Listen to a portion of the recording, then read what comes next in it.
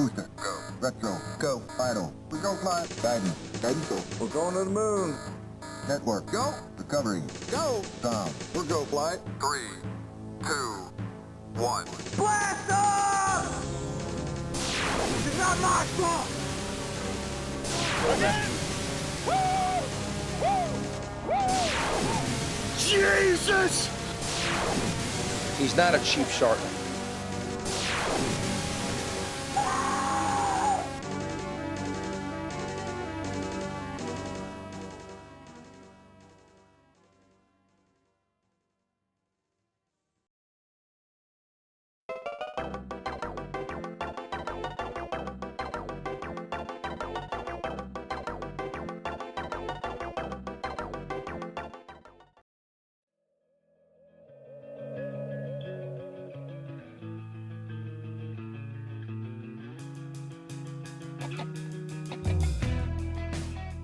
Hello, fight fans, and welcome back to Pride Resurrection, the historical video series dedicated to the Pride Fighting Championships, where with each episode, we'll take a look back at a specific Pride fighting event. And today, dear viewers, we are concluding the 2000 Grand Prix. I am the most dangerous man alive today, joined by the Colombian Good Vibe. Woo! You gotta be more enthusiastic. Joined by the Colombian Good Vibe. There you go. God damn, man. I'm here. It's a fucking special occasion. It is. Don't be half-assed about introducing me, asshole. And we are missing the machine once again. He said he's sick, so we'll hit him up again on the next episode. I'm disappointed in you, man. With what? Where's the juju fish, huh? I know, no juju fish. That's a trademark of ours now. It happened once before, so now it's canon. We don't. Well, we need to create new ideas all the time instead of rehashing the old shit. For example, today I'm recording with no pants on. Boom. And it is not a pretty sight.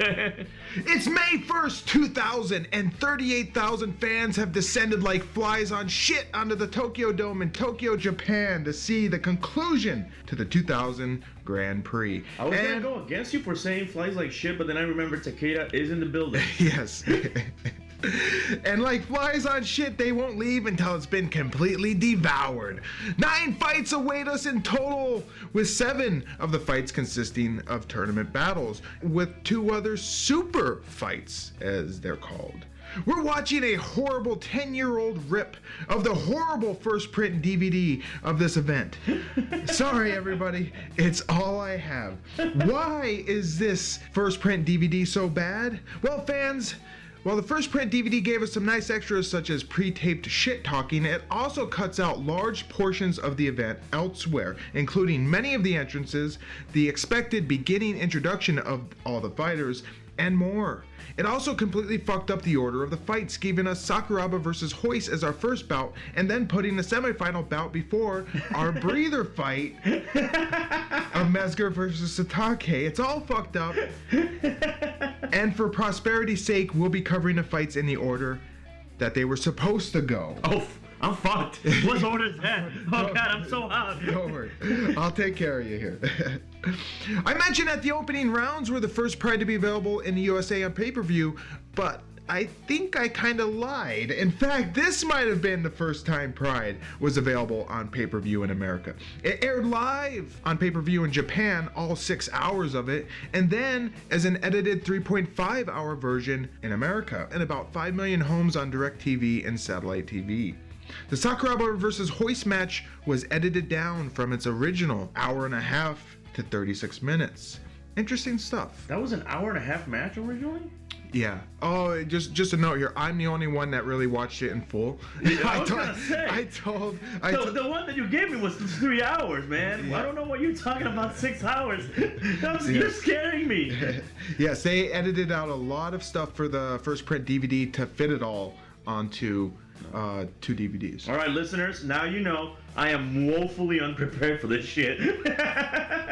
But what else was happening in the MMA world around this time? Just 2 weeks prior, the UFC came rolling through town with UFC 25, Ultimate Japan number 3, held on April 14th at the Yoyogi National Gymnasium in Tokyo, and it featured a who's who of awesome Japanese MMA fighters. Duck Lips Master and ugliest man in the world, Yoji Anjo, fought future Pride contender Murilo Bustamante, which saw Bustamante arm triangle the venerable Anjo at 31 seconds of the second round. Sadly, we'll only get to see Yoji Anjo once in Pride, which will happen at Pride Shockwave 2004 in December of 2004. That fight, in fact, will be the final of Anjo's career, and I'm looking forward to covering Anjo's history in full in that episode. Lump of shit Sine Kakuta fought, defeating Eugene Who? Jackson after 4 minutes in the first round via armbar. Satoshi Hanma, the great head of hair we last saw pummeling Yuhi Sano at Pride 5, lost to Ron Waterman, future Pride fighter, by a decision. Ikohisa, the punk Minowa, Pancrase sensation and future Pride star, also showed up, defeating Joe Slick via TKO due to cut in the third round. And it was our main event of the evening that saw Vanderlei Silva taking on Tito Ortiz, the man who just retired a couple weeks ago after beating Chael Sonnen in Bellator. The two fought for Frank Shamrock's recently vacated UFC light heavyweight belt. Shamrock had retired from MMA at the time, but he would unretire less than a year later to fight in a K1 event in December of 2000. Tito Ortiz, by the way, would win against Vanderlei Silva via decision after 5 rounds, thus becoming the new UFC lightweight champion. But without further ado, let's get on to the conclusion to the Pride 2000 Grand Prix.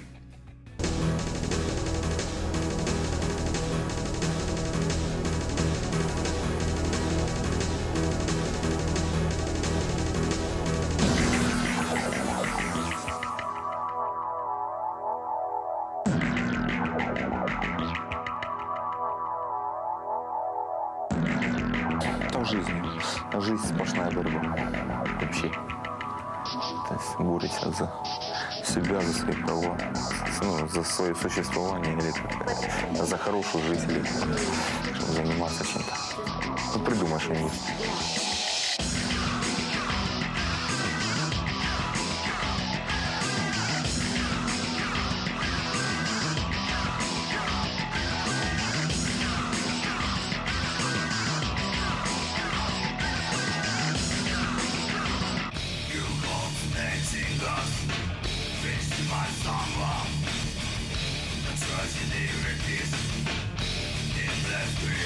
My style of fighting is just kick out, striking with a little bit of groundwork put into it, but mainly just kick it.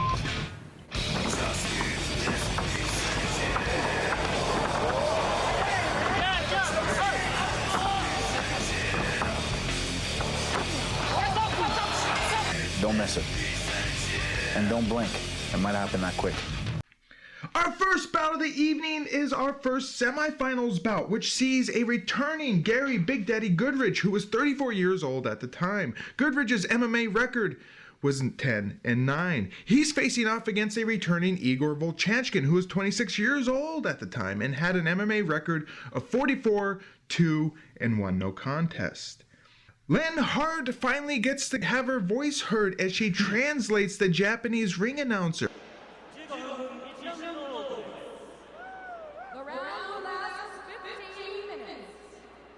Although her excitement has not yet progressed to the crazy and wild introductions she'll be known for. Just wait. You think you've heard good introductions. Wait until when she gets into her groove.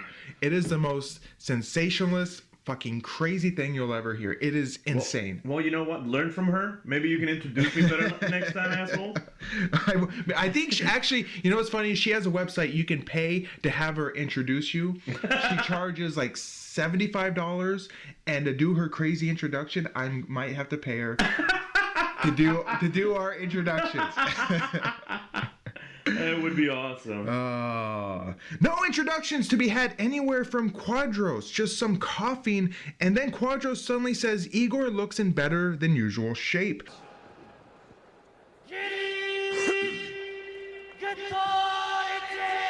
We also have a third member of the commentating team who was never introduced. Who was it, you ask?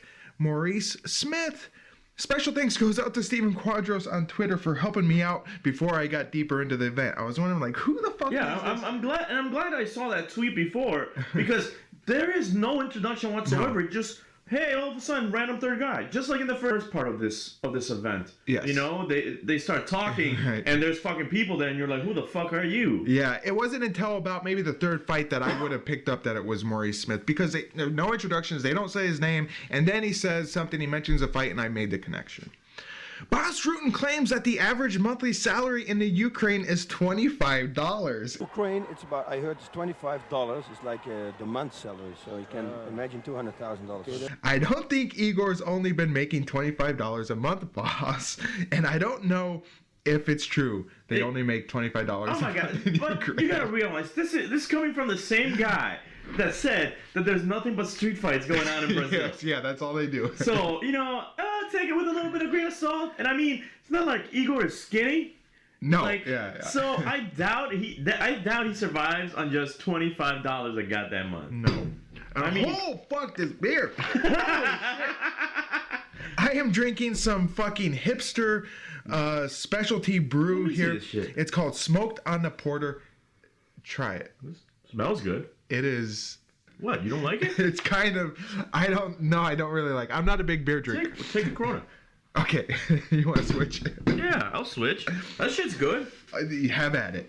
Round one. Feeling out by both men. Goodridge jabs forward. Leg kick by Igor, and then a counter by Goodridge. Is Igor this is the quickest I've seen him use a kick. Yeah, he's He's trying that out more. I mean, a little bit of a spoiler here for later on, but there's more kicks than I've seen him do before. Yes, that's for sure.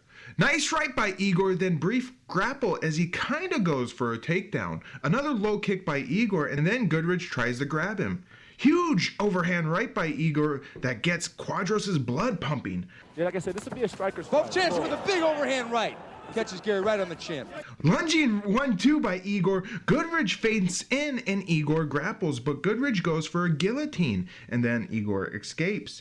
Goodridge knees and Igor responds with an overhand right, and they continue with punches and a tie clinch by Goodridge. And I gotta say, I'm liking Goodridge mostly because he learned his lesson from last time. Oh yes, yeah. Oh my God, he's doing about 1,000,000 times better than their first fight. I know, man, and he didn't go for trying to outstrike Yes. Igor fucking Volchev. Yeah, no, he's playing it. He's playing it nice and cool. He's learned his lesson. Igor ducks a teasing right by Goodridge, and they tie up again with Goodridge delivering another knee. As they grapple against the ropes, Igor sends a knee that is a bit low below the belt. Quadros notes that Goodridge has up to 5 minutes to recover, a rule seemingly adopted by all future MMA promotions to this day. Goodridge suddenly exits the ring, and towels are suddenly prepared. Is Goodridge going to get naked? There seems to be something happening. I hope that maybe Gary hasn't broken his cup. Maybe, yep. Oh, he broke his cup. Yes. That was a knee, folks. When you throw a knee and you break the protective cup, that is a reason to maybe stop and take a little break. Yeah, that's not a small Right. enough cup for that man. You know, I shall tell you one thing for that. Use a tie cup like I Yes. do. They're steel. They will never break. They will hurt actually the opponent. Quadros says that Goodrich's cup must have been broken, and wow, Boss says that's why he prefers tie cups, which are made of steel. And apparently, Goodridge lacerated his scrotum on the edge of his fractured athletic cup. Ouch. Wait, how do you know that that's what happened? I did some research to find out what exactly Okay, I was gonna happened. say, I could not see that, so your detail on balls is apparently a lot better than mine. I guess he got a new cup as Goodridge re-enters the ring. The two men touch gloves and we're back at it. Igor moves in looking very Vanderlei Silver-like with a huge barrage of punches that he finishes with a kick to the body. Jabs by Goodridge. They collide and Igor throws an uppercut. More trading of punches. More jabs by Goodridge as he kicks Igor around the ring. Igor slugs Goodridge with a 1, 2, 3, 4, then a kick. Goodridge approves, saying he wants more. Igor broke champs in the cave. Oh, nice little combination. Good. And a left kick too. Now, Gary, usually when they drop their hands and start clowning like it didn't hurt, it did hurt. He got through, but yeah. but Daddy, I don't know because Daddy is a special guy. Let me say that. Yeah, he's Oh my God, not again, Gary. Not again. Quadros mentions that usually when a guy clowns like that, it's because one of the punches got through, and I agree. Boss says, but with Daddy, I don't know. He's a special guy. Special. As Goodrich looks to keep pushing forward, Igor comes up with a looping punch that catches Goodrich, followed by an overhand right. Goodrich is wobbled, and Igor pounces, hammering with lefts and rights. Goodrich covers up, and Igor slows as he could be punching himself out. Goodrich moves out of the corner and looks okay. Another 1-2 by Igor. Big swinging overhand right by Igor. Goodrich clinches him and has a body lock on Igor. Goodrich puts him in a corner as 5 minutes has passed. Slow work here as the men take a breather. Gary turns Igor out of the corner and then trips him down to the mat. Goodrich is in Igor's guard. Quadros is very excited about this. He doesn't understand. And down they go. Goodrich postures up and tries to smash Igor. Quadros questions if Igor would go for an ankle lock. Now, I don't think that Gary Goodrich is going to leg lock Igor Vovchanchyn. No. Well, you never know nowadays. Everybody's getting smarter. He really looked like he wanted that ankle lock. And Goodrich is known for when he gets in this position, he's always thinking about the ankle. There's been those several fights where he's fallen back for that leg lock. Yeah. That has fucked him over. So. But I mean, that's the thing is at this point, it's not like he has much to lose. No. So you know, yeah. If you're going even against someone, you know, don't fuck up. But he's not going even. So might as well fucking try a Hail Mary. Yes. More smashing from Goodrich. He is definitely doing a lot better against Igor this time around. Goodrich continues to work from the guard, and he neatly traps Igor's right hand underneath him. Igor peppers Goodrich with his free hand. Then more fierce hammer punches from Goodrich. Wow. Igor gets his hand free, and Goodrich looks to maybe pass guard. Then he rethinks that. Goodrich once again tries to rain down hell, and Igor pushes him away. Goodrich stands, and then so does Igor. Blocked overhand right by Igor, then Goodrich sends in a knee. Igor sends out a 1-2. Gut-busting kick by Igor.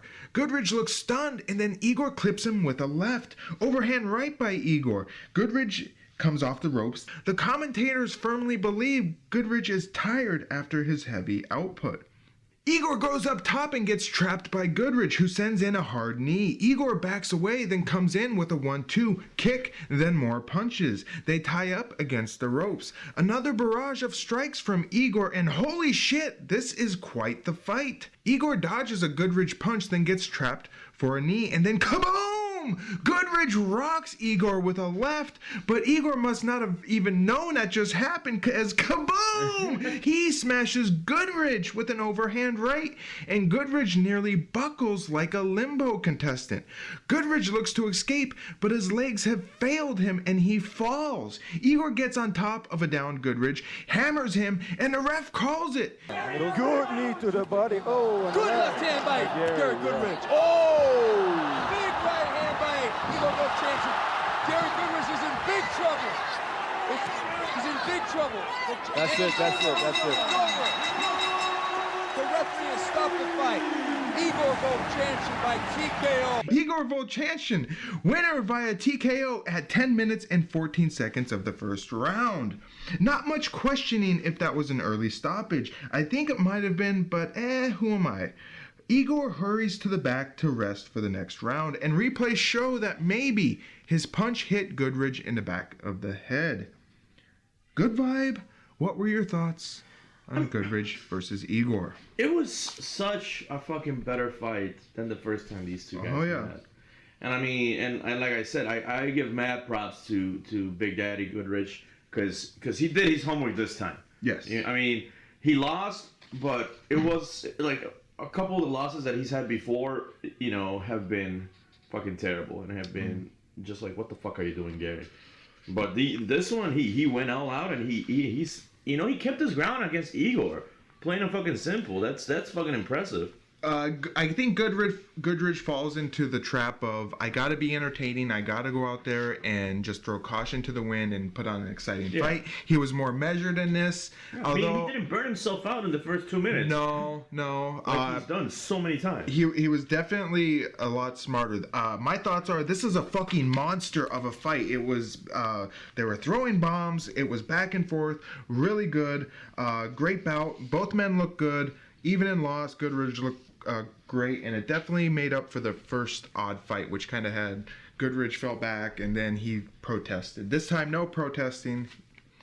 He knew he was defeated. Yeah. So, what would become of our two Beef Supreme monsters here? Igor moves on in the tournament where he will face the winner of the Sakuraba-Gracie matchup. As for Goodridge, he would return for more Pride action at Pride 9, held only 1 month later in June of 2000. His opponent? Rico Rodriguez, an American Jiu-Jitsu specialist hailing from New Jersey.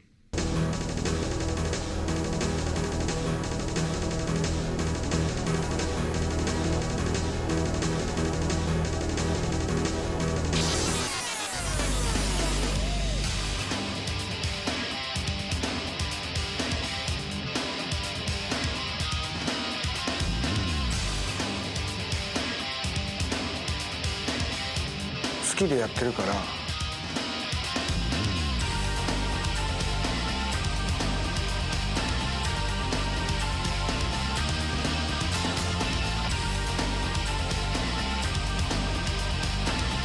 きじゃない人から見れば辛いかもしれないですけど僕は楽しいですけ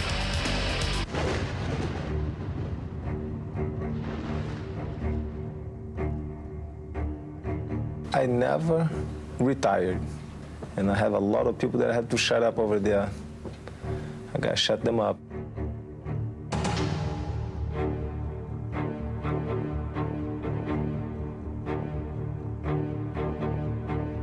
And I don't live out of my past, I live out of my present.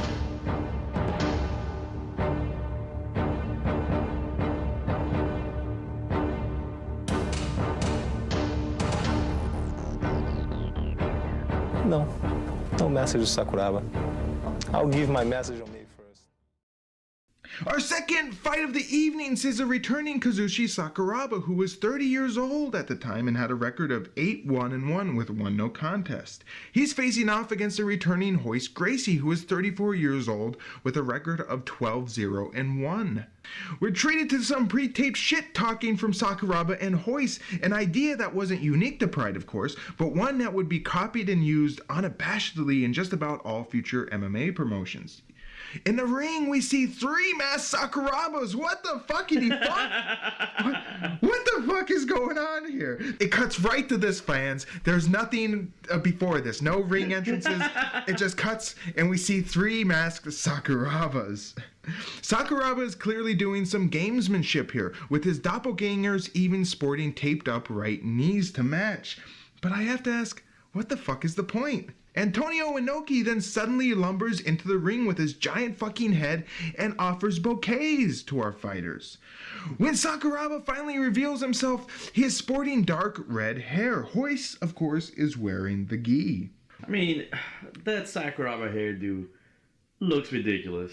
It does. And I mean, I know it's a big thing in Japan to color your hair like that, but it just looks ridiculous. They either go for dark red or they get that orange when they try and bleach their hair. And now, correct me if I'm wrong, but didn't the last time we see Sakuraba, didn't he not have the little bandage on the ear?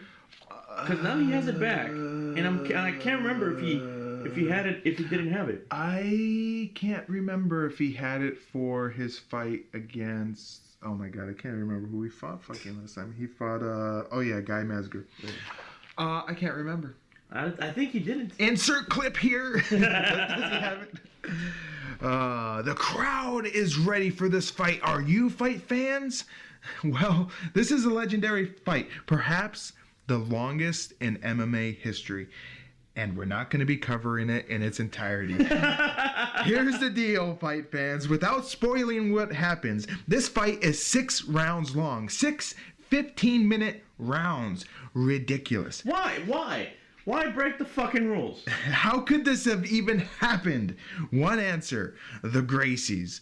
Dubious of favoritism from Pride towards Sakuraba, the Gracie clan demanded special rules for this bout, which included limited ref involvement and positioning, no time limit, and no judges. When Pride officials held a meeting to explain the stipulations and rules, Hoist purposely didn't show up. Sakuraba, after learning what the rules negotiated were, was furious, reportedly shouting, "Where is Hoist Gracie?" But this only served to motivate Sakuraba, who resorted to mocking the Gracies, even appearing at a promotional press conference wearing a diaper. When asked why, Sakuraba replied, "You never know, this thing may go on for a long time and I might have to go to the bathroom." Surely this would be an epic fight, one that you should definitely check out for yourselves. With that said, we can't possibly do this fight in full. We'd have to make another episode dedicated just to do it, and we might actually have to do that. But for now, we're only going to do a condensed look at this fight. Rounds 1 through 5 will be recaps, but we will cover round 6 in full. Are you ready? Round 1! One second, let me finish this beer. I'm not ready for this sober. Okay. I gotta take a sip too.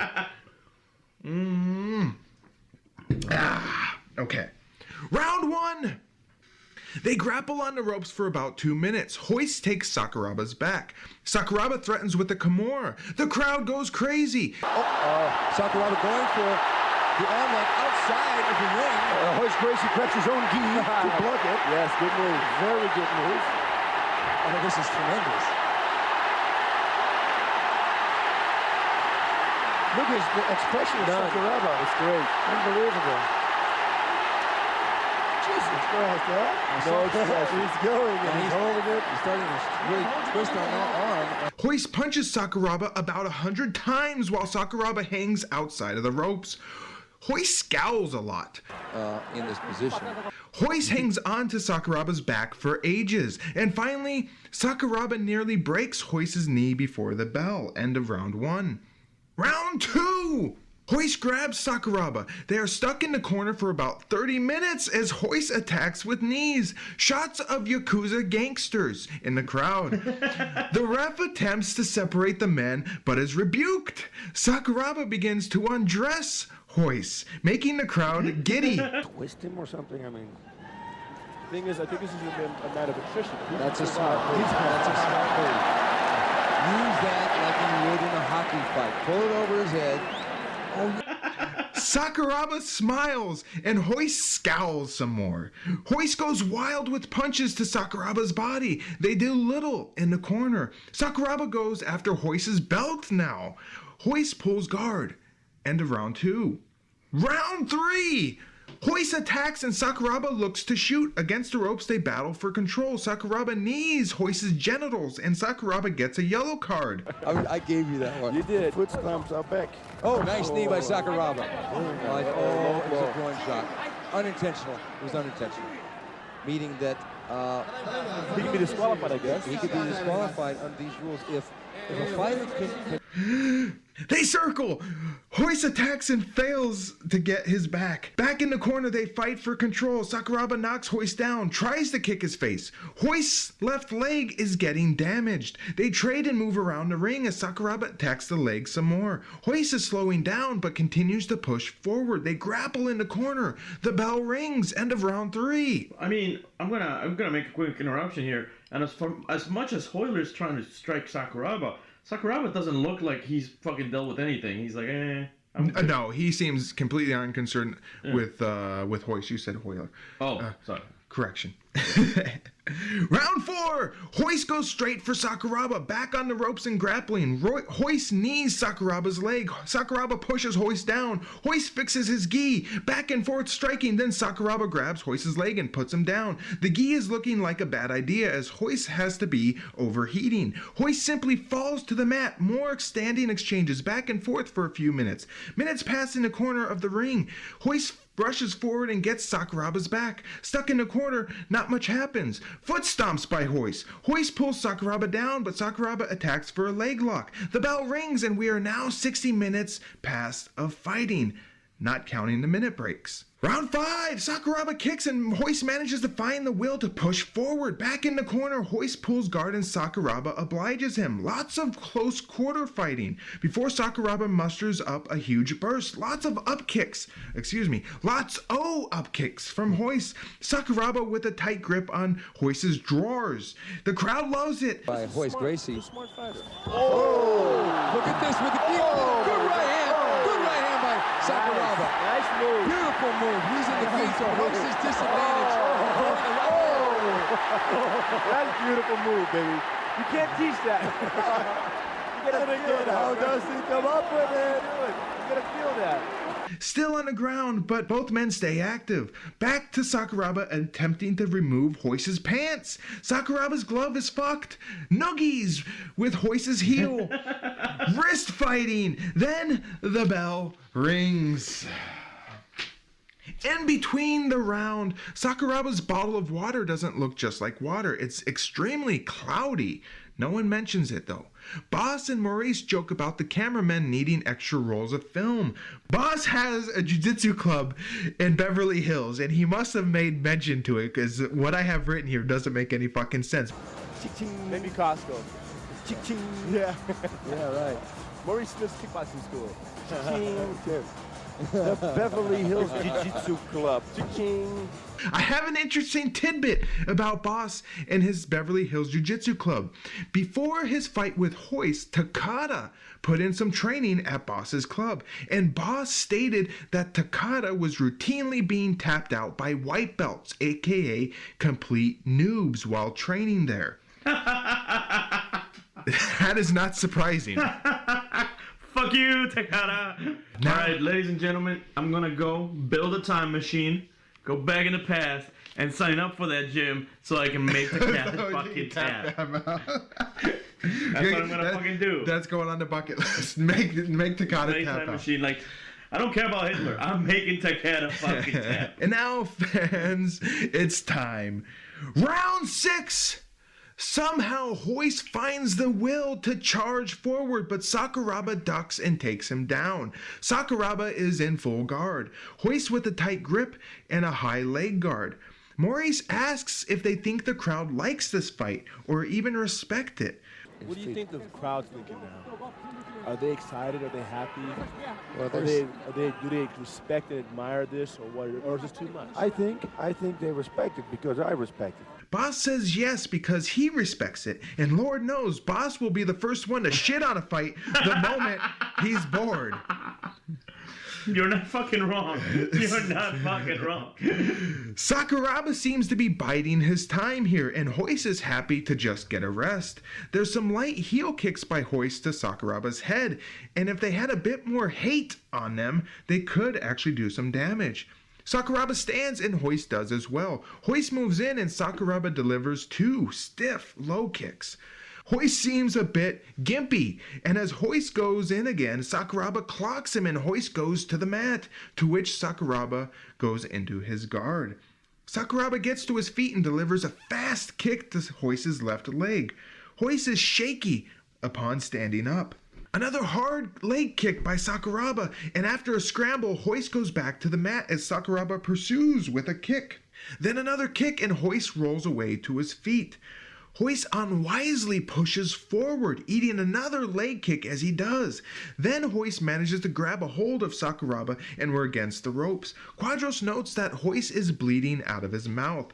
Not much happens here for about 2 minutes as both men are content to take a rest. The commentators ponder on what Helio, Hoist's dad, must be thinking. Be working with 2 subtle individuals like Maurice Smith and Boss Rutan. Look at Mr. Helio. What do you think is going through his mind for his son? You know, is he feeling the pain of his son? Is he? He has to. You know, is he concerned? Is he confident? What do you think is going? What would you? I think what's going through his mind is that he's been in a long fight like this before, and he's probably hearkening back to what he might have done.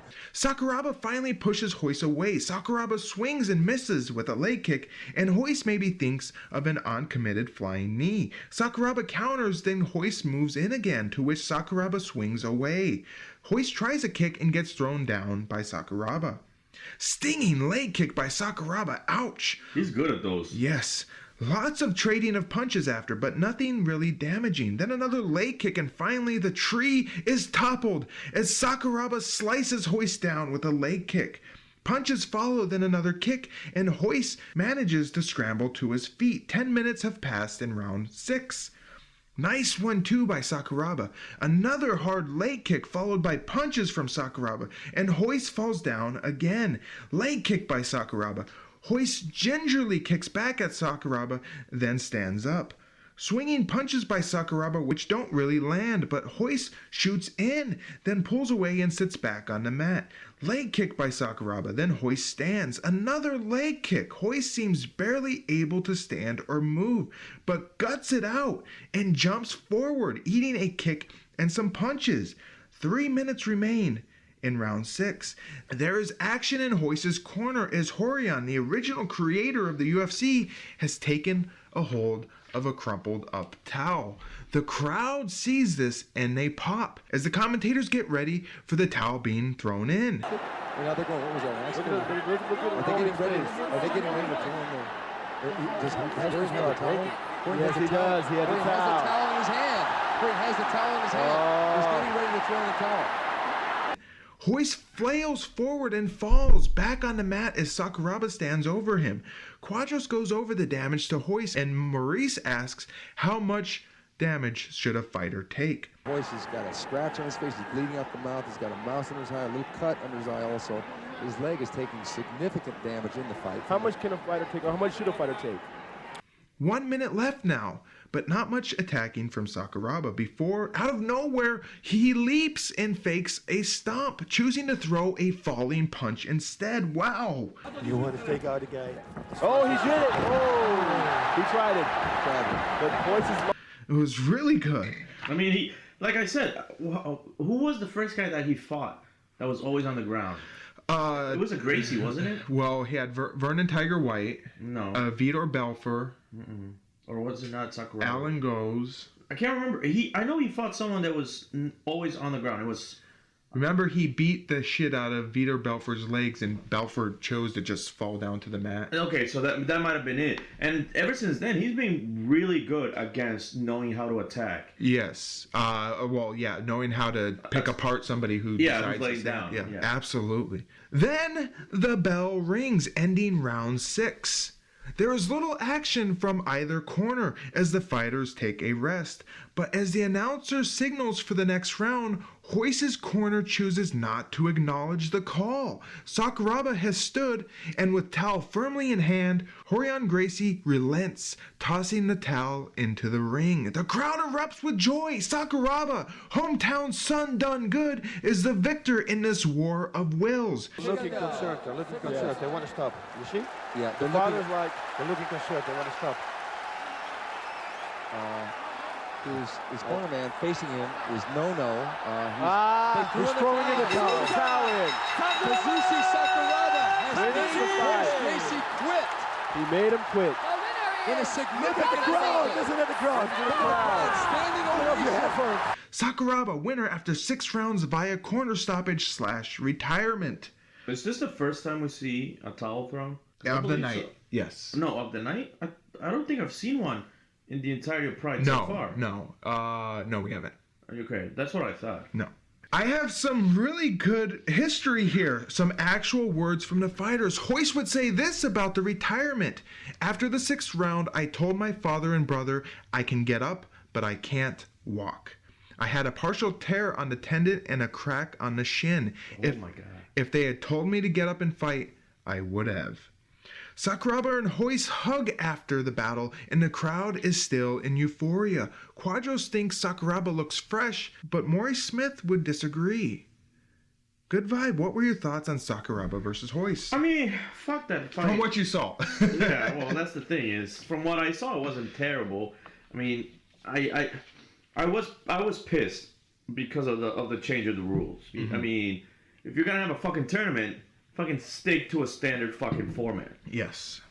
So I was pissed off going into it, but it was a good fight. I mean, and Sakuraba winning, and I have to agree, he looked, to me at the end of the fight, he looked fresh.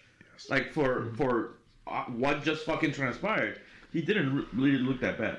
Yeah, unfortunately, Pride was kind of bent over a barrel here by the Gracies, Hoist particularly. He was kind of upset from what I read over what happened in the Takata fight. There was supposed to be no stopping there either. He wanted to keep on going because he didn't want Takata to beat him. Yeah. He wanted to embarrass him. So the fact that they let Takata out with a loss, he was kind of pissed about that. Anyway, there's a whole bunch of more history on this. I didn't include it here, but the Gracies pretty much had Pride bent over. They demanded whatever they wanted, and Pride had no choice. Yeah, I mean, it's a big name, it's a big family, especially at the time, which is still fucking bullshit. Since we only watched this fight in brief, I'll say this. This was an unnecessary marathon. The Gracies are sometimes buffoons with their demands and rules, but it's a historic match and a must-see for all MMA fans. And I will say, though, even if he looks fresh, that's still a really long fight. Oh, God, Which really makes me feel bad for Sakuraba, you know, because... Shit, he just won. He's going against motherfucking Igor. So that's the thing. He's going against Igor after such a fucking long fight, man. I feel really bad for him. Before we move on, we have some commentary and input from friend of the show and great supporter, Corey Goodman, who wanted to share this regarding our legendary battle here. Thank you, Corey. And if you're wondering just what the fuck that was, fans, I had sent out a call for any fans who wanted to participate in this episode. In the future, depending on how it goes, we might do it more. So if you're interested in maybe participating in a future Pride Resurrection episode, keep it in mind and maybe think what fight you would like to have input on. So, what would become of our two Iron Will fighters here? Sakuraba moves on in the tournament where later he will have the misfortune of having to face Igor Vovchanchyn. As for Hoist, this would not be his last appearance in Pride. Wow! He would actually return. That's right, fans, you heard it right. But not for another 3 years down the road, which would be at Pride Shockwave 2003. Held in December of 2003. Hoist wouldn't compete in MMA at all until then. We'll see you then, Hoist!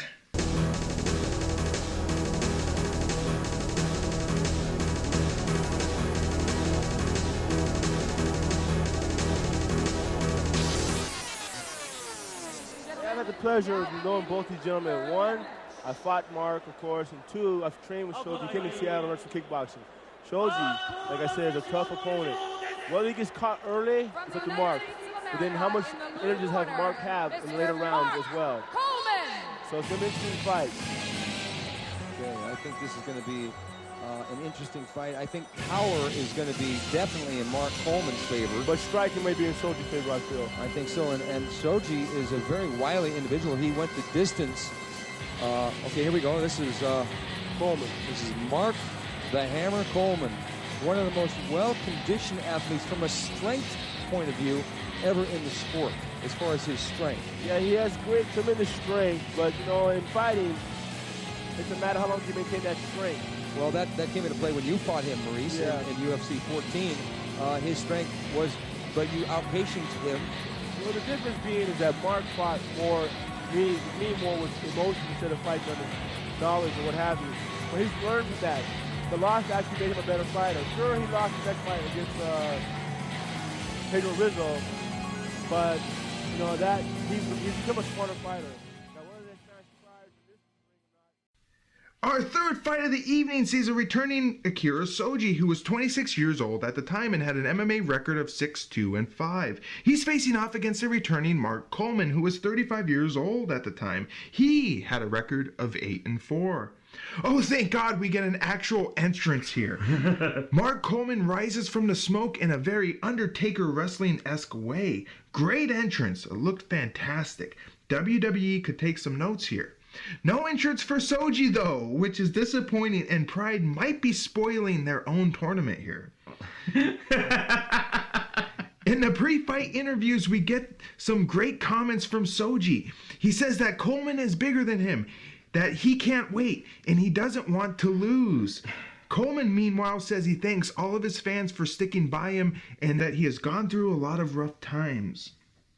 Holy fucking size difference! No shit. Jesus Christ. Also, Soji is very, very pale, and Coleman looks like he's been religiously tanning. But it's just funny. The difference is not only size, it's body shape. Cause Soji, oh my god. Soji just keeps getting, I mean, to me, keeps getting fatter and fucking fatter. Or softer. Yeah. Yeah. Flubbier, if you will, maybe not fatter. And then you have fucking Mark Coleman, who is ripped to fucking all hell. Shit. I was like, oh my god, dude, you're gonna get fucked over. I don't want to ruin my own thoughts on this, but this is an unfair fucking matchup. Anyway, let's get on to it. Round 1. Soji lands the first strike, a leg kick to Coleman's left leg. This is a ridiculous matchup looking at how much bigger Coleman is over Soji. Coleman throws some jabs, then Soji delivers another leg kick, then another. It's surprising that Coleman hasn't taken this to the ground yet. I'm not sure what he is thinking. Perhaps he is trying to establish his new striking game, as apparently he has been working hard on it in training. The men collide and Coleman throws a knee in the corner. Then Coleman turns him and powers him down towards the center of the ring. For some reason, the ref has arrived to halt our fight. Coleman hilariously shouts, "What? What?" Throw more jabs. Oh, there's a knee by Coleman. Coleman charges the single, and he gets the single leg. And he's down into a half guard. See, you notice he's really calmed down. See, I thought he was going to attack right now. What? Is he tapping? Oh, no. Bullshit! Oh, there seems to be some kind of controversy. I think Coleman did land a knee, and Coleman is angry. I hope he can regain his composure. As it echoes through the Tokyo Dome, the ref has called for time, feeling Soji was hit below the belt. Coleman shouts, "Bullshit! That's bullshit!" Yeah, he wasn't afraid to yell. That was his fucking stomach. It's so hilarious. I love it.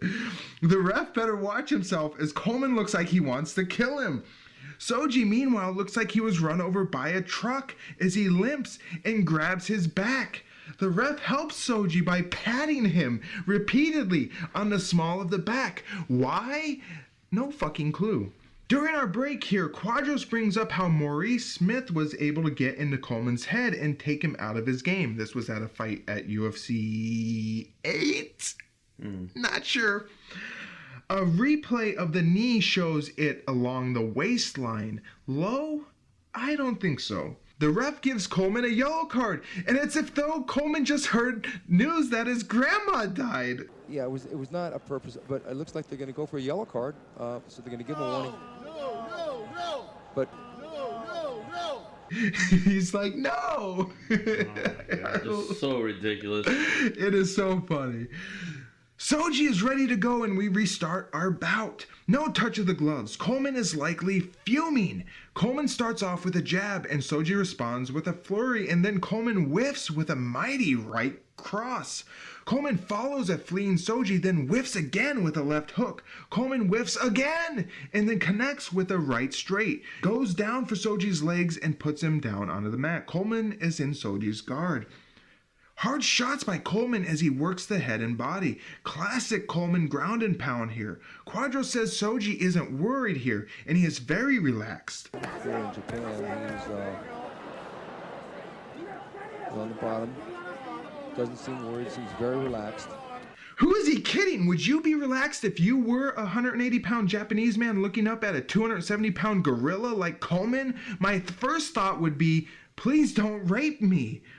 More body work by Coleman with solid shots. Soji scoots on his back toward an unknown destination. Holy shit, body punches by Coleman. He's putting a lot of force into him. Maurice says it's serious leather. By a tap out. He's only lost one fight, and that was to Igor Vovchanchyn. Mark's throwing some serious leather, boy. They're sounding a lot like Goodridge, who also loved to say that word, leather. More serious body shots, and Soji's soft, gelatin-like skin is welting. 5 minutes down in round 1. Quadros says the damage to Soji's body is likely cosmetic, as, quote, Soji has a layer of flesh.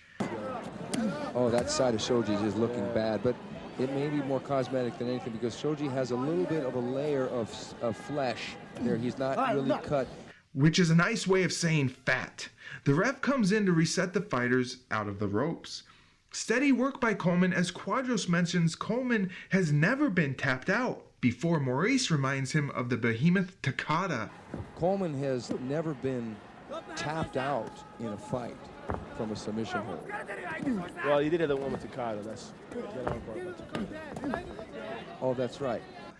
Oh, right, Quadros replies.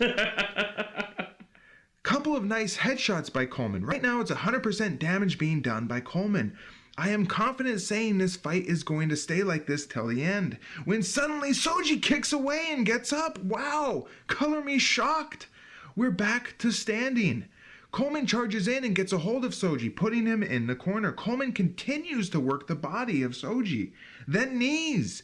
Quadros states that there is a 10 kilogram rule enforced for this bout, meaning if there is a 10 kilogram difference between the fighters, the lighter fighter gets an automatic advantage in the judging, harkening back to Mesger and Sakuraba. Remember 10 kilos? Oh my god. Nicht zulassen, dass die Soldaten, die für sie verbringen. Seid Feiglinge! Verreiter Versager!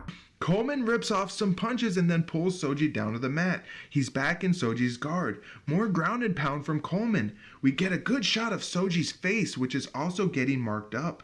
At the 10-minute mark, Coleman tees off on Soji, and Soji tries to push him away, and this allows Coleman to fall into side mount.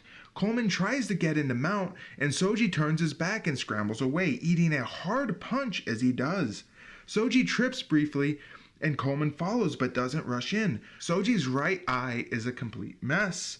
They clinch, and Coleman uppercuts Soji, and then Soji wings in for a left hook that misses. Coleman smacks Soji, who circles away. Leg kick by Soji. The men trade punches, and Coleman clinches him and smacks Soji's body again with extreme force. Soji is getting beat up, and this is not a fair fight. 3 minutes remain, and we're stuck in the corner. Vicious uppercut by Coleman, and Soji tries to fire back. More slamming body shots by Coleman. Knee by Coleman, then another short right. Oh, fuck. Soji's left side of his body is completely torn up and red. Soji manages to escape, but Coleman is close behind. Soji kicks and Coleman punches, spinning back kick that is deflected by Coleman, and Coleman tries to make Soji pay, and the men clinch. As Coleman tries to muscle Soji down, Soji ends up getting the better of the position, and now Soji is able to deliver some punches, but Coleman recovers and we're back to standing. 1 minute left. The ref calls for action as Coleman has slowed down. He looks to punch but doesn't really pull the trigger, and then the bell rings.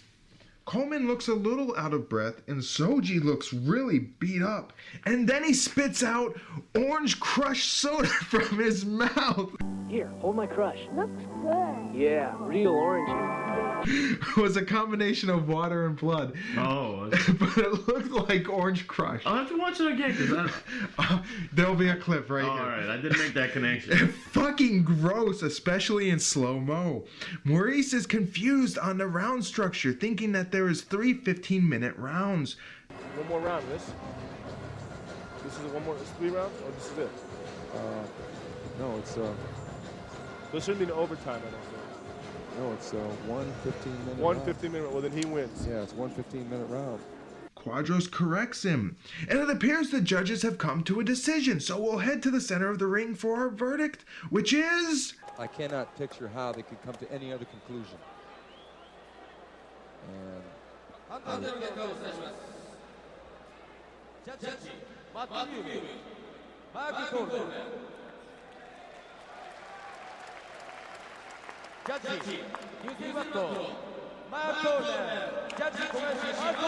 okay, it's a unanimous decision victory, a dominant, one-sided victory. Mark Coleman, winner via unanimous decision after 1 round. Soji looks relieved. The men shake hands and raise each other's arms. Quadros says Mark Coleman's stand-up was vastly improved, and I agree. What were your thoughts on Soji versus Coleman? I mean, that's the thing is, yes, he looked really good. But is that the case that he's looking really good because he was going against an opponent that really didn't provide much against him? No, and you're talking about 80-pound weight difference. I know. That's what I'm saying is how much is that weight difference? Is how much is Coleman improving? That's right. That's what I'm saying is it wasn't a bad fight. Once again, completely surprised that Soji made it through the entire fucking round. Yes. There were times when I'm like, why the fuck is he getting back up? that is probably the most surprising thing here. And I don't care what weight rule they had. They could have given Soji 1,000 points, and Coleman still would have won. Oh no shit, hands down. And that's the thing is, I give props to Soji for actually making it to the fight, because I'm not gonna go into a fucking ring with someone and give him 80 fucking pounds of pure unadulterated muscle. I mean, I would give 80 pounds if it was like a fucking sumo fighter, maybe, right. But not fucking Mark Coleman. Right. And much like Otska versus Igor, this was a moral victory for Soji. Soji had no conceivable chance here. None, zero, zilts. He had no fucking chance in the world. I don't care what you say. A puncher's chance? No. He had no chance. Submission chance? Not gonna fucking happen. Not against Mark Coleman. Coleman looked good, but remember, he had like a 70 or 80 pound weight advantage. Still, Coleman's striking did look crisp. Soji would later say this about the bout. First of all, I knew I wasn't going to win from strength. For a Japanese to win against an American, strength wasn't going to work. I would need stamina. My idea was to tire him out and hope that would open up some opportunities. He wasn't fighting Kerr. You can't just fucking tire him out. No. About the damage he took. I got hit around the face and it showed because I'm pale and the bruises stand out. There was a problem with the bones in the eardrum. That affected my vision. Sometimes the ceiling would start moving like in a cartoon. Jesus. That lasted for about 2 weeks. Upon hearing that, Coleman would say this, I'm a fighter, but I don't like hurting people. I don't like hearing it. So, what would become of our two frenetic fighters here? Mark Coleman advances to the semifinals of our tournament. His opponent? The winner of the Kerr-Fujita battle. Stay tuned. As for Soji, he would be back in short order, nearly a month after for Pride 9, New Blood, where he will face Peoria, Illinois native John the Saint Rankin. See you then, Soji!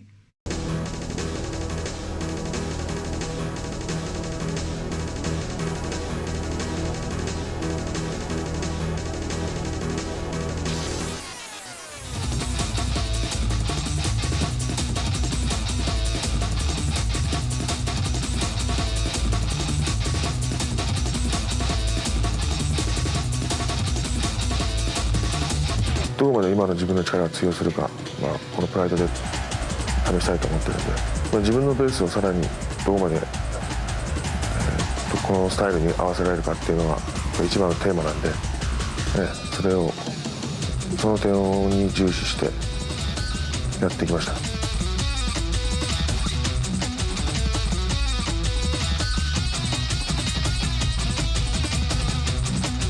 今回トーナメントですから1日3試合するわけなんで、ペース配分なんか全然考えてないですから、全力でやっぱり力尽きるまで戦うだけです。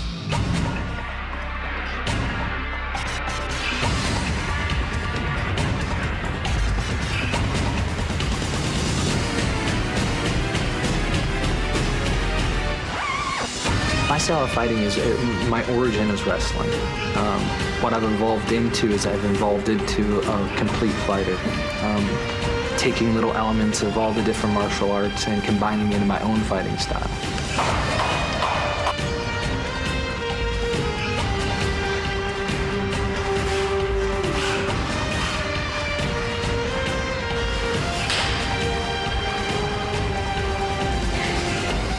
You, as an athlete, you find the will to overcome the physical difficulties of a fight. And I say one saying that I have is when I train, I don't train my body, I train my mind. Game. When he came with me in Seattle, he showed a lot of promise. But I'm concerned about his response to being hit. He's not used to being hit yet. So if he gets hit, that's when you'll see his head turn. If he shoots it on Mark, let's say he were to get Mark to the ground, it's not his nature to punch yet as well. So this is new to him, and it's a big step. he's out. The experience is definitely Mark's corner.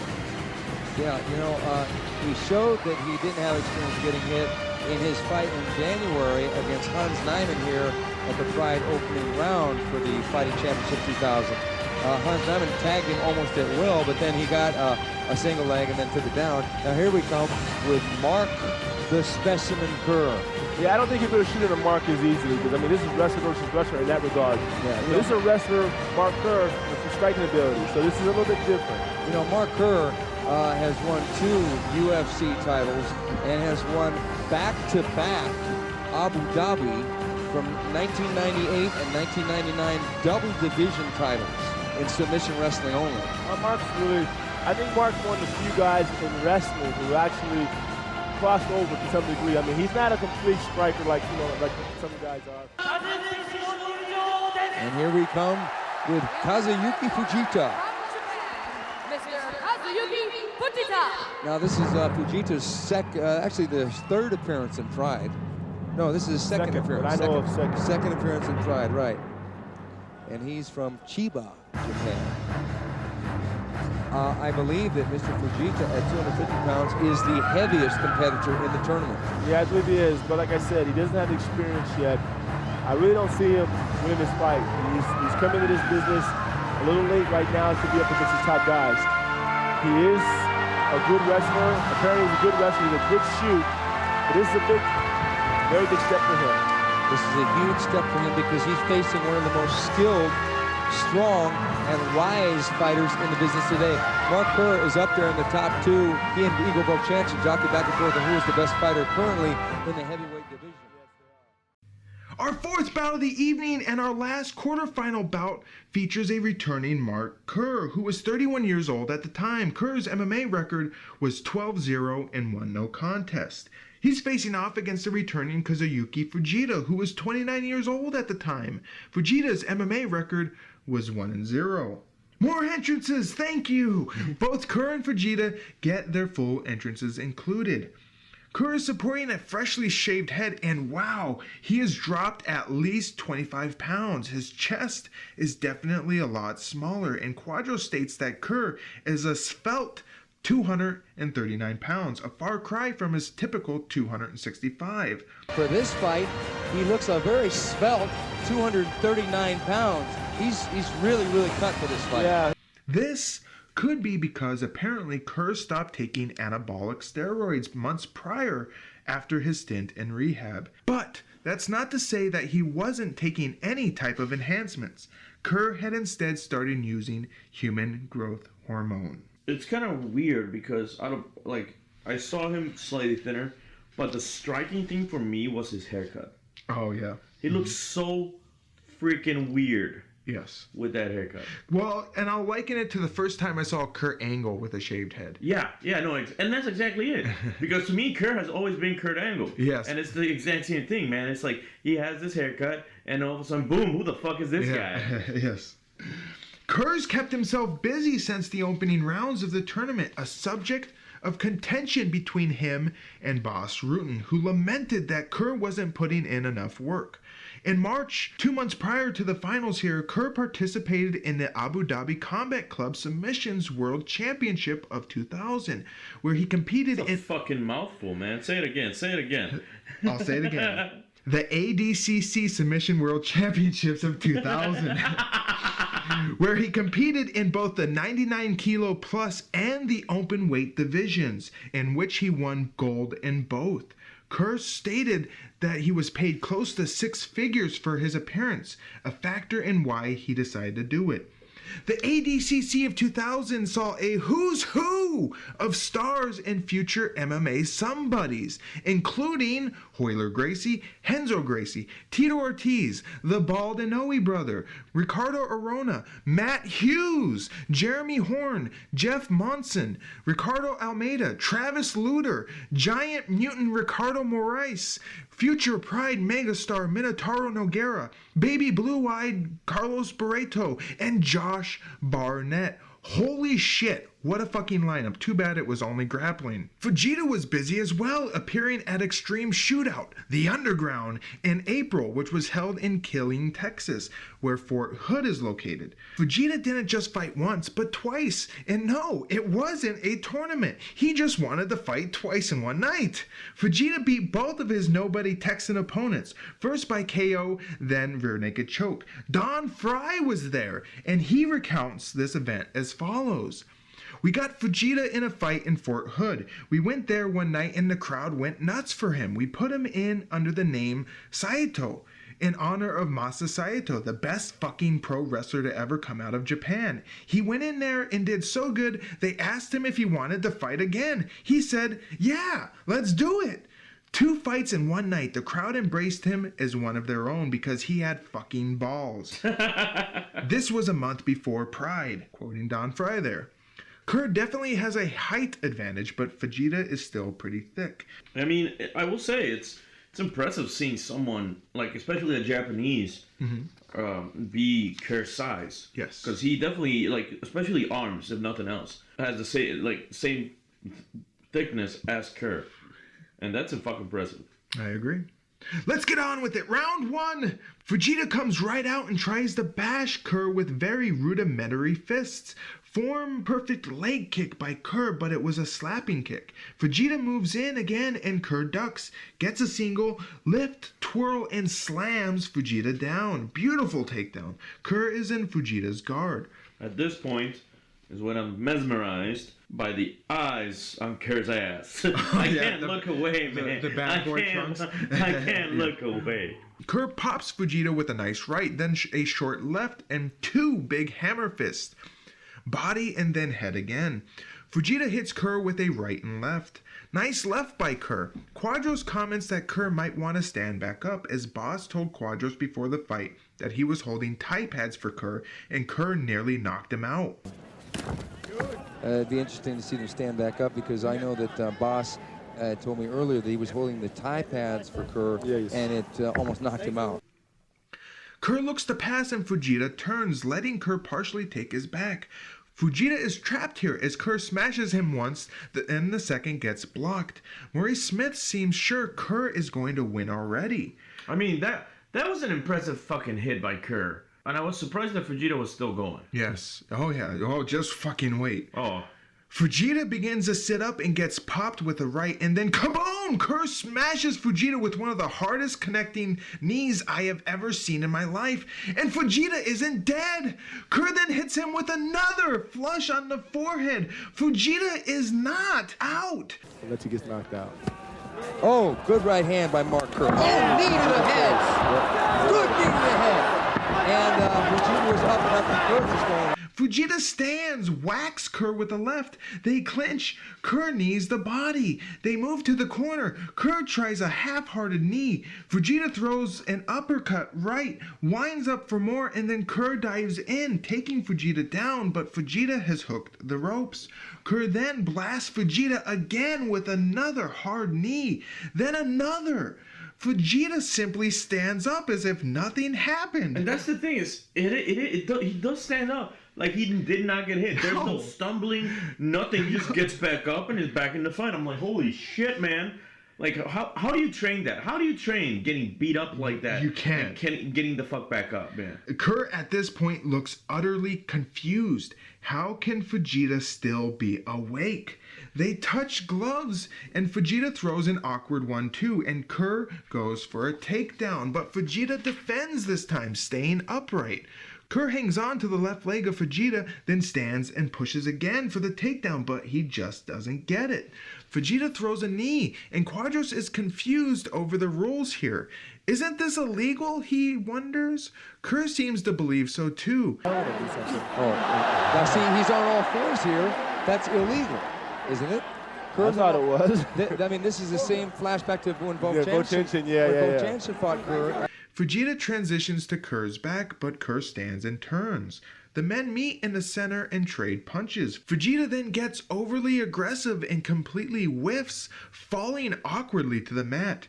Kerr pounces and gets Fujita's back, but Kerr is looking pretty gassed out. Fujita then stands and gets out of it. The men clinch at the 5-minute mark against the ropes. Kerr slams Fujita's body with a right. Fujita swings back with ugly swinging arm punches. Kerr steps in for a body kick, but big mistake as Fujita catches the leg and somehow Fujita connected with Kerr's junk. No break in the fight though as the ref orders fight. Kerr is suddenly unable to hold his hands up. He puts his hands on his waist. This is not good. Fujita sees his opening now and shoots in, but Kerr sprawls. Very lethargic knee by Kerr. Fujita wants another go at the takedown and shoots in, getting a leg, and he's taken down Mark Kerr. Fujita turns Kerr over, smacks Kerr's head. Fujita has Kerr's back now. He pops Kerr with a somewhat soft hammer fist. Then he pounds on Kerr's back. Then more head action. Kerr is turtled up, not fighting back. I mean, at this point, and with Kerr's history of burning himself out, man, like, why? I would have honestly stopped the fight at this point because just Kerr's not doing jack shit. You can even see it in his face, man. He's just exhausted. And I'm like, at this point, the fight stops being a fight. Yes. Yeah, Kerr is completely... I wouldn't say he's defenseless, but he's... Well, he's not defenseless because he's a big guy. He can just turtle up like he's doing it. He's borderline, though. But I mean, he's not going to move from there. Fujita knees Kerr's body. Fujita keeps pounding away, then more knees to the body. This goes on for over a minute as Fujita stays busy with strikes. Kerr looks helpless here. He's frozen as he takes abuse from Fujita. Fujita keeps up with the knees, getting pops from the crowd with each successive strike. Kerr gets to his knees and Fujita goes for a choke, but he doesn't have anything here. He goes back to smacking Kerr. Elbows to the side. 10 minutes have now passed. Knees again and more cheers from the crowd. Fujita stays busy, pounding and smacking Kerr all over the place. Boss in Kerr's corner implores him to go. But most of the time, he wins by ground and pound. I mean, Kerr gets to his knees again and Fujita tries a terrible rear naked choke. Kerr turns, finally stands, but Fujita is all over him. Fujita has Kerr around the waist and legs. 3 minutes left. Fujita tries to take Kerr down, but Kerr manages to stay standing. Maurice Smith talks about what is going on with Kerr and his muscles. He's like totally gassed. Like his muscles are just totally filled with water. He can't move anymore. He's just not in the fight. We're stuck in the corner as it appears Fujita can't finish this takedown. The ref comes in and restarts the fight in the center of the ring. Fujita rushes right in and tries again to take Kerr down, but fails, mainly due to Kerr conveniently hooking the ropes. Fujita raises Kerr's leg over the top rope and the ref comes in to fix this, restarting the fight in the center of the ring. Fujita feints a takedown, then finally goes in, but he still can't get Kerr down to the mat. 1 minute remains now. Yeah, but Kerr's not doing anything. Like, he's defending at best. Barely defending. Yeah, like, that's the thing, is he's not doing anything. Why keep the fight going? At this point, to me, the fight was boring. Plain and simple. Is because I don't like seeing, like, a one-sided assault like this, and that's just what it turned into. Kerr falls to his knees and Fujita steps around him to his back. Fujita then pounds Kerr with punches and knees, getting the crowd to cheer. And then the bell rings. Fujita celebrates, getting hoisted up by his coach Brian Johnston. They must be sure they've won this. Kerr, meanwhile, simply looks defeated. We head to the center of the ring for a decision and... I thought he'd be in the final. He's out now. Fujita. ジャッジ、マット・ミュー、藤田、ジャッジ、2点、藤田、判定を受けた、勝者。 Kazuyuki Fujita in a stunning upset decision victory over Mark Kerr. The crowd goes crazy and Fujita is moving on in the tournament. Wow! Completely unsurprising considering the turn of this fight, but still, I mean, massive upset. It's surprising going into the fight. Mm-hmm. And then you watch the fight, and it's not fucking surprising at all. No. What was more surprising was that Fujita head didn't explode when Kerr... No kidding. How the fuck is he alive? Like, holy shit. One of Fujita's nicknames is Old Ironhead. Well, he lived up to that goddamn nickname because he got pelted with the full strength of Mark Kerr, and he just stood the fuck up. I still can't believe Fujita survived Kerr's knees. It was an exciting fight until Kerr kind of gave up. Yeah. Kerr unfortunately blew himself out, and it's really sad considering Kerr would be unstoppable if it wasn't for his conditioning. How the fuck could this happen? Kerr would later claim it was because of the HGH. Rutan might say otherwise, stating that Kerr left training camp in Beverly Hills to return to Phoenix where his girlfriend was. Boss would say this: "He left me. He was not up to shape and I was kind of pissed about that. I knew that nobody would push him when he was back in Phoenix. Nobody is going to say to him, 1 more round. He's going to decide. If he trained with me and I said 1 more round and he said no, then it was 2 more rounds." There was also an issue with candy the night of the tournament.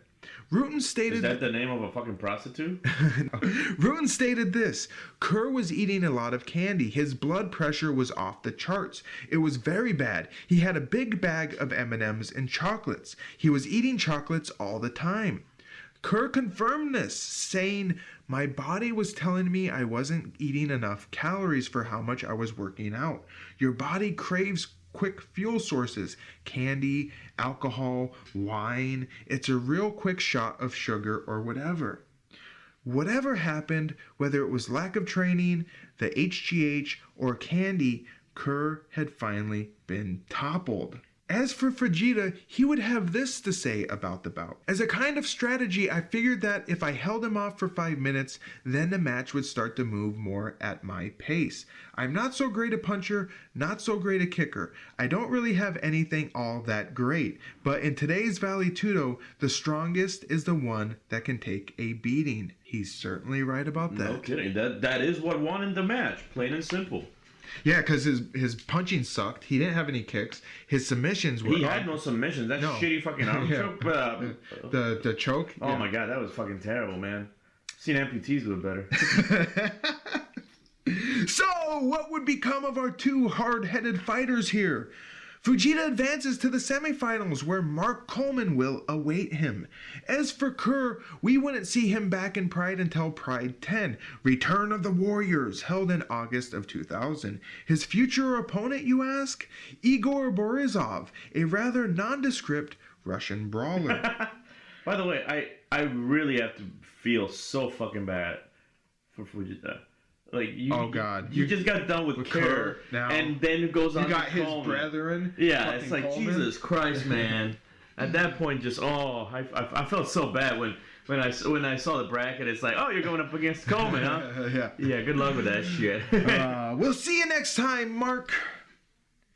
And that brings us to the halfway point of our awesome episode here, and we're gonna take a short breather so we can collect our thoughts and play some video games. So won't you join us? Yes, that's right, fans. It's a return of the video games, and I've got a classic for us to play. I did not know this. I did not sign up for this. Someone help me.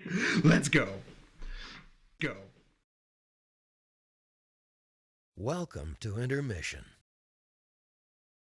Alright, what is this? Tattoo Assassins. Yeah, Tattoo Assassins. What the hell is this? Did you start recording? Yes. Oh my god, what? The Ink of Gizeh. Oh my god. What? Oh lord. That was one fat man. No, let's get into it. You press the select button for coins, but you can just press start now. Oh my lord. Look at this guy, he's jerking. Oh my god. He kind of looks like me though, so I gotta play him. Look at this guy. Like, rip off Cyclops. His name is AC Current. My guy is named Truck Davis.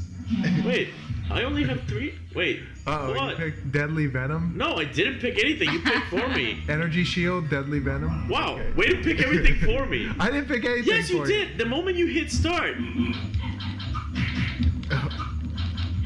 Does she even have any tattoos?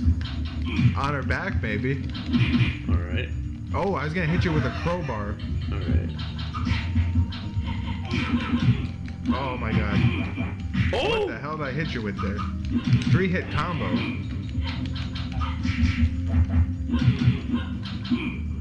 Oh my god.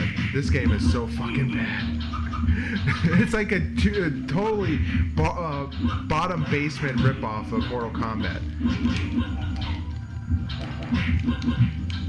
Oh my god. What the fuck is going on here?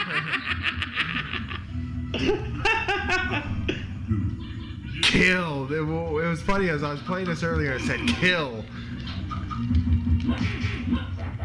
Ow.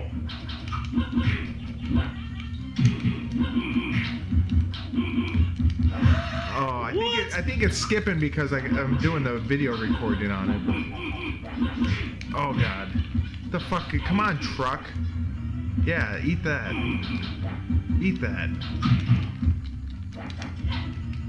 What the? Let me see. What the fuck am I doing here?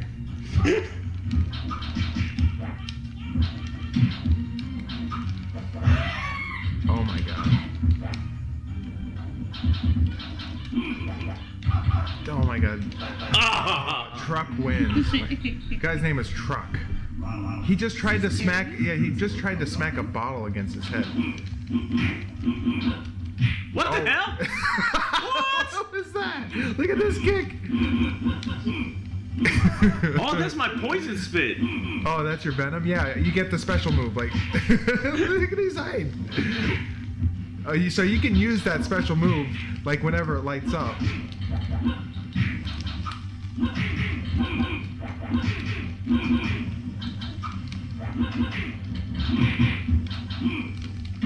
I just kicked you right in the shin. Oh god. Oh. No mercy. I don't know any fatalities. Would you just?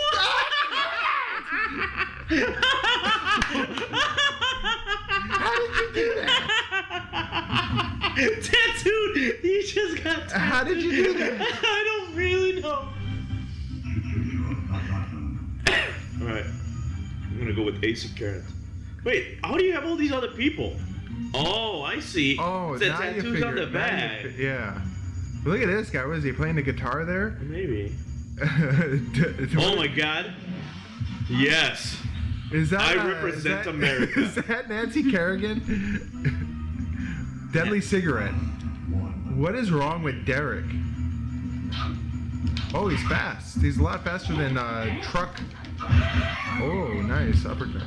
What is she? No, it is Nancy Kerrigan. She's got skates on. This game is fucking ridiculous. How is that a 2-hit combo? Ah! What the hell? What? Why did he just use that to teleport? He uses a guitar to teleport. Were they on crack when they made this game? When they came up with these ideas? Yeah, America. Oh my god. I don't even know how to use their ability. I think it's triangle or minus triangle. Oh, there it was. Oh god. But it's not that effective. How is she able to slide on a concrete floor with skates? Have you never seen Blades of Glory? He skates across the entire city. I don't know what. I'm just trying to figure out some moves here. I think the only move is the special one. No. Oh, fuck you.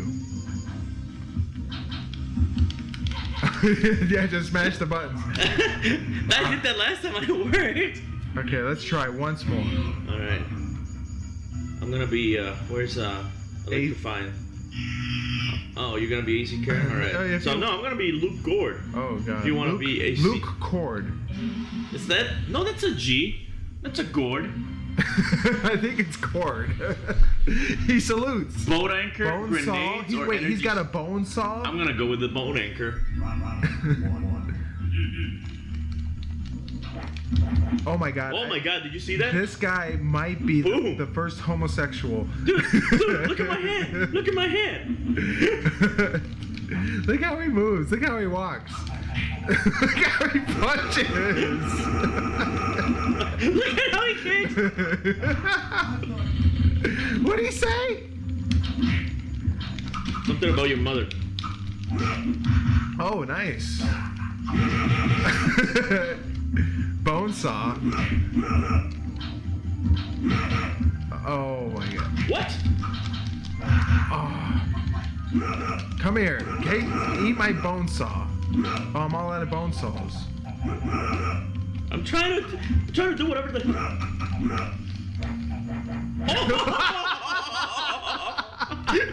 In the face. Yeah. Oh my god. This game is fucking great. Oh, there we go. That's what I was going for. What are you doing? I don't even know. Did you see that one? Oh. This game is fucking awful. Like, I don't know how to do the special moves. I don't know if they're like Street Fighter, like fireballs. Come on. Oh. Hit him with the saw! Throw your dagger again. I don't even know how I did that dagger. Oh. Ow. Oh, I can juggle. Oh. Yeah! Just over here randomly pushing buttons. All right, let's get back to Oh, what was that? Was that a flawless victory? You ran the gamut on me. You beat me with everybody.